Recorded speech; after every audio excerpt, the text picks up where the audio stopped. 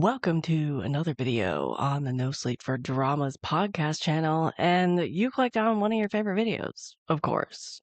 And if you're new here, this will become one of your favorite videos. This is everything I completed in the month of March. Let me tell you, I know I said I would complete a lot this month. Surprise, surprise, that did not happen. I don't know what's going on. I really don't, like the last 2 years, but I will say a big difference, as I've said before, between 2025 and 2026, my mental health is so much better in 2026. So I'm not mad about it. I'm a little mad that I'm not completing more dramas. I'm still happy with what I watched though in March, and I'm enjoying everything I'm currently watching. It's not like I dropped a ton of things either. I can't be mad where I'm at.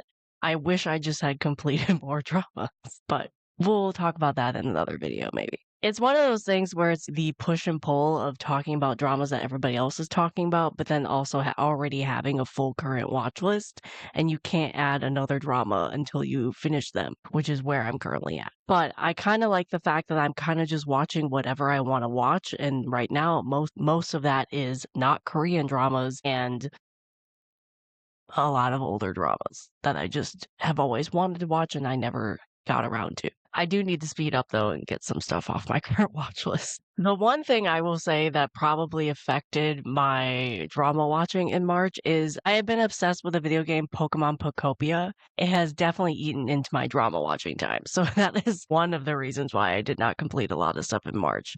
But this video is all about everything I did complete. It's not a lot, but it's a lot of stuff I loved. So let's get right into what I completed in March and my ratings and mini reviews of them. Let me know in the comments what you completed in March, what you liked watching in March. If you didn't like watching something in March and you don't recommend it, let me know. Also, I probably will be repeating myself a bit because you have heard me talk about all of these before in either a podcast episode or a video. Just FYI. Everything I completed in March was due to a podcast episode, mostly on my podcast, but you will be getting a podcast episode about another drama on somebody else's podcast later, but I'll talk about that when I start talking about the dramas and movies I completed in March. That being said, this video is probably going to be on the shorter side because I did not complete as much as I wanted to.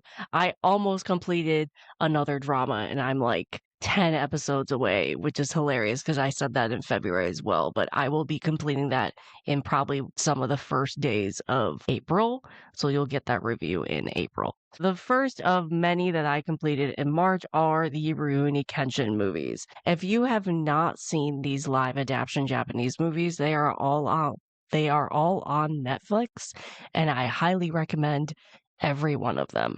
I rated all of them a 10 out of 10, but I'm going to give you my mini reviews of each. So here we go. The first Rurouni Kenshin movie I'm going to talk about is, of course, Rurouni Kenshin. This is a Japanese movie. You can find it on Netflix. It's a live adaptation based off of the anime. I love this. I loved all of them, but I love this because I can now see why everybody was telling me to watch these movies. I could nitpick these movies. I really could. But I'm not going to because there are very minor issues I had with all of these movies. One movie more than others, but I'll get to that when I get to that movie. Overall, though, masterpieces across the board. And I can see why this is like the standard for anime live adaptation movies. For Rurouni Kenshin, the first one, I could nitpick that Kaoru and Yahiko were not my favorite yet. Did they grow on me? Maybe. But minor issue with this movie and really just a nitpick of the franchise in general. It is 15 years old, so it does show its age a bit, especially compared to some of the newer movies that came out in the franchise. But it's still an awesome movie. I would still highly recommend the original Rurouni Kenshin. And I remember when I finished this movie, I was like, I can't wait to watch the other movies in this franchise. I also vaguely remember the anime. I watched the anime 30 years ago. So watching these live adaptation movies after vaguely remembering the anime caused me to kind of relive the anime, but also the story and reintroduce me to these characters, which I loved a lot. If you want to hear me deep dive into these movies and give you a full in-depth review of these movies, you can check out my podcast episode on these movies, but these are just going to be my mini reviews of this. So I rated the original movie, the original Rurouni Kenshin, a 10 out of 10, of course, even though it's 15 years old. Also, amazing fight scenes and amazing OSTs, which you'll hear me repeat a lot with these movies. The next movie in the franchise is Rurouni Kenshin Kyoto Inferno. This is also a movie on Netflix. I rated this a 10 out of 10. It did seem like a filler movie to me because clearly it was just pointing towards the third one. But that doesn't mean it was a bad movie. It was still a fantastic movie. The fight scenes were yet again amazing. Love the OSTs. The reason why I love the OSTs of this franchise so much is because One OK Rock did most of the title tracks of these movies, and I am a huge fan of One OK Rock. So I always appreciate their music. I found also a new favorite character in this movie, which I could not wait to watch her in the other movies once I found her. Also, how did you guys who were watching these as they came out survive until the next movie came out? 10 out of 10 for the second movie, Rurouni Kenshin Kyoto Inferno. The third movie is Rurouni Kenshin Legend Ends. And when I say first, second, and third movie, this is the order I watched them, not necessarily the order they came out. There's a certain order you could watch them, and there's like 3 or 4 different combinations. I just watched them in the order I thought was best. They're not in the order that they were released, but there are 5 movies in total in this franchise, and I'm just saying 1, 2, 3, 4, 5, just FYI. So the third movie I'm going to talk about is Rurouni Kenshin, The Legend Ends. This is also on Netflix. The reason why I'm watching these movies in general is because they all are now on Netflix. Originally, some might have shown up, some on Netflix, some might have shown up, I don't know, on Amazon Prime, and some you couldn't find at all. So I wanted to watch these now that every one of them are on Netflix and you can easily get to them. So Rurouni Kenshin, The Legend Ends. The fight scenes in this movie are insane. They were insane. Great conclusion to the story arc that was between the first and the third movies. I did have some nitpicks about how fast the bad guys were taken down in this one, but I can, of course, ignore that because it's very minor. Love the OCs, as I always will say with these movies. The found family isn't fantastic in these movies. I can't believe it took me this long to watch these movies in general. The fourth movie is Rurouni Kenshin The Beginning. This one I could have probably downrated to like a 9.5, mainly because this has a drastically different vibe than the other 4 movies in the franchise. And I probably could nitpick it down to a 9.5 if I really wanted to, but I'm not going to. It's still rated a 10 out of 10. The reason why I might have downrated it a bit is because it is on the slower side. This did not have as many fight scenes in it. It was a prequel. It gave a lot of context to what you had already watched in the first 3 movies, which I appreciated, but coming off of the first 3 movies and then getting a slower paced movie, which led up to a fantastic fight scene and conclusion compared to the constant fighting you were getting in the other 3 movies, the vibe was just different. It was a slower paced, more focused on the romance. And so it liked the faster pace of the other movies.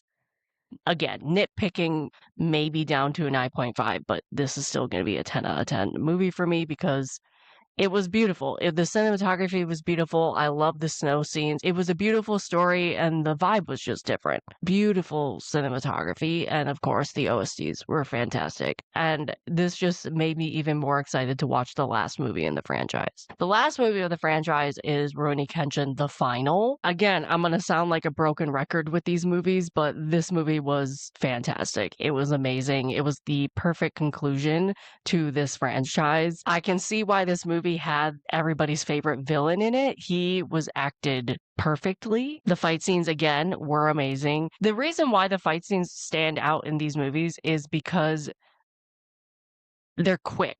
Like, you watch these and you're like, oh, it has to be a stunt person. Sometimes the stunt people would get in there, but a lot of times it's the actors doing these fight scenes and these crazy sword play scenes, and it's just amazing to watch.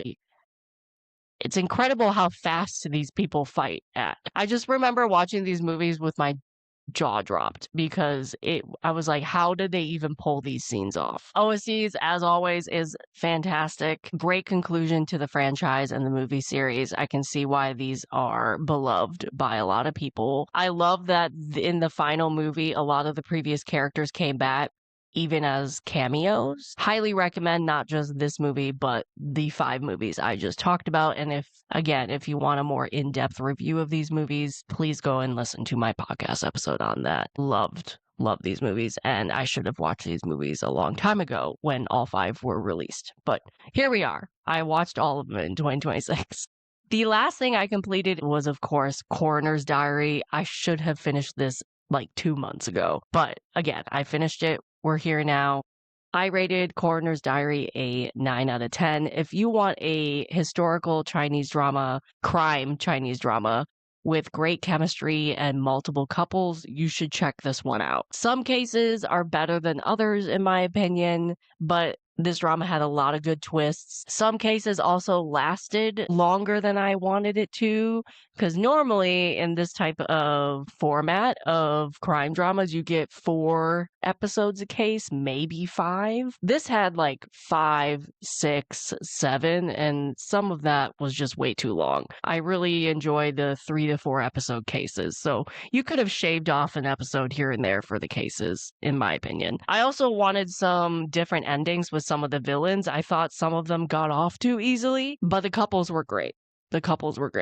I love the main couple, and I love that the main couple really had no angst and were just a smart pairing together. They were paired very well. They were smart characters. They supported each other, and it really did not have anything to keep them apart or like have any second lead people coming in and trying to make them fall apart.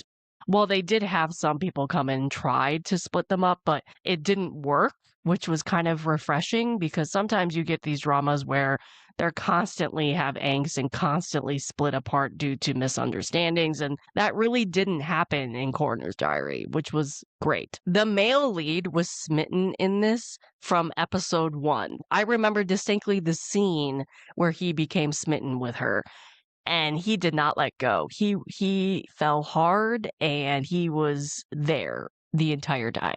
It took her a little bit more time, but not that much. Overall, 9 out of 10 would highly recommend if you have not checked this out. I should have watched this last year. I don't know why I didn't, but we're here now. If you want to hear a full review of Coroner's Diary, I did post a video of this review on my channel, so you can go and check that out. I did drop one drama in March, and that was the Korean daily drama A Graceful Liar. The first 2 episodes were great, and then I just was not watching it. There came a point where I'm like, this is going to sit on my current watch list forever and just sit there because I was not watching it. I wasn't clicking play on it. There really wasn't a reason why I wasn't clicking play on it. I think the main reason why I wasn't clicking play on it was because I was trying to finish other dramas and then got distracted by new dramas. We were sitting on 6 months of it not moving on my current watch list. And I'm like, I just need to drop it. I'm not watching it. It's not like I'm bored of it. I'm just not watching it.